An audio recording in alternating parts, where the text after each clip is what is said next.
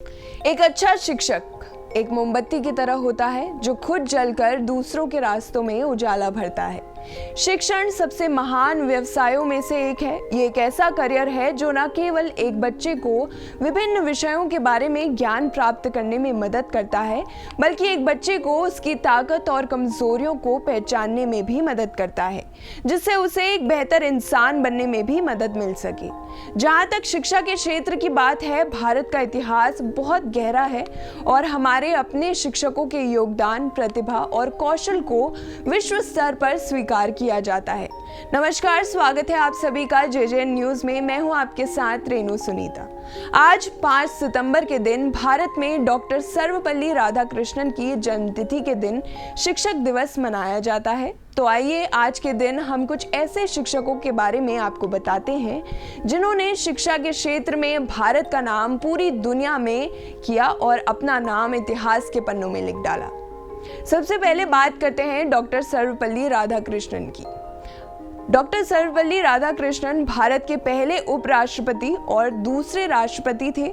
उन्होंने अपना जीवन दूसरों को शिक्षित करने के लिए लगा दिया। जवाहरलाल नेहरू ने एक बार डॉक्टर सर्वपल्ली राधाकृष्णन के लिए कहा था कि उन्होंने कई क्षमताओं में अपने देश की सेवा की है, लेकिन सबसे बढ़कर वो एक महान शिक्षक हैं, जिनसे हम सभी ने बहुत कुछ सीखा है और आगे भी सीखते रहेंगे।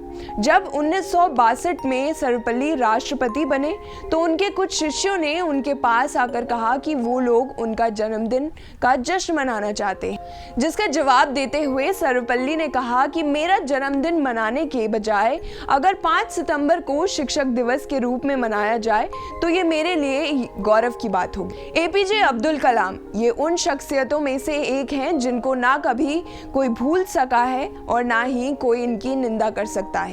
भारत के 11वें राष्ट्रपति, जिनको मिसाइल मैन ऑफ इंडिया भी बोला जाता है, उनका मानना था कि केवल एकेडमिक डिग्री रखने के अलावा एक छात्र को अपने व्यक्तिगत कौशल और क्षमता को भी बढ़ाना चाहिए, जो किसी व्यक्ति के करियर और जीवन को आकार देने में मदद करता है।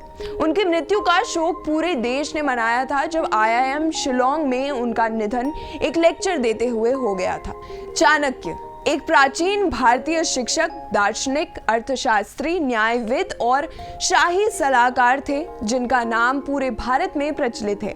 उन्हें भारत में राजनीति विज्ञान और अर्थशास्त्र के क्षेत्र का अग्रणी माना जाता है और उनके नाम को शास्त्रीय अर्थशास्त्र में बहुत महत्व दिया जाता है।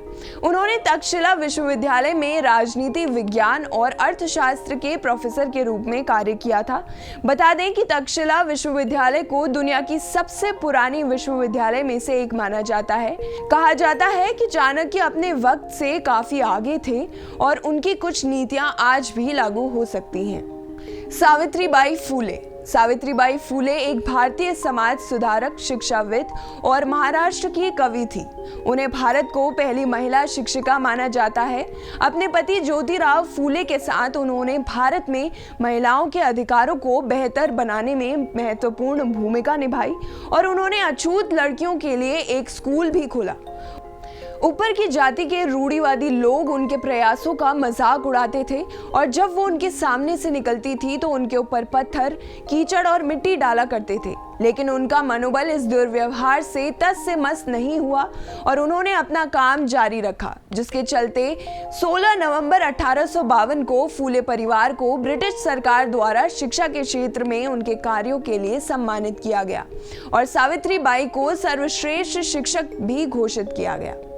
स्वामी विवेकानंद, उनका मानना था कि शिक्षा लोगों में पहले से ही पूर्णता की अभिव्यक्ति है। उनका कहना था कि ये अफसोस की बात है कि शिक्षा की मौजूदा प्रणाली ने किसी व्यक्ति को अपने पैरों पर खड़ा करने में सक्षम नहीं बनाया, ना ही उसे आत्मविश्वास और आत्मसम्मान की शिक्षा दी। वो छात्रों को विभिन्न जीवन स्थितियों को संभालने और अच्छे नागरिक बनने का प्रोत्साहन देते थे। उनका मानना था कि प्रत्येक व्यक्ति में अनंत क्षमता होती है, जिसे जीवन के हर क्षेत्र में उत्कृष्टता के रूप में प्रकट किया जा सकता है। अब इन सारे लोगों से हमें क्या सीखने को मिलता है? इन शख्सियतों ने हमें सिखाया कि शिक्षा इस दुनिया की सबसे बड़ी चीज है। सिर्फ किताबी शिक्षा नहीं बल्कि वास्तविक सामाजिक शिक्षा भी जरूरी है और हमें हर उस इंसान का धन्यवाद करना चाहिए जो हमें शिक्षा देता है, फिर चाहे वो हमारे माता पिता हो, हमारे शिक्षक या फिर हमारे दोस्त जो हमें जिंदगी के अनगिनत सबक देते हैं। तो आज शिक्षक दिवस के उपलक्ष्य में मैं और पूरा जेजेएन परिवार दुनिया के हर शिक्षक को नमन करता है। आपके लिए आज ये खास रिपोर्ट लिखी है हमारे सहयोगी अभ्युदय मित्तल ने। तो बाकी की खबरों के लिए आप देखते रहिए जेजेएन न्यूज़। नमस्कार।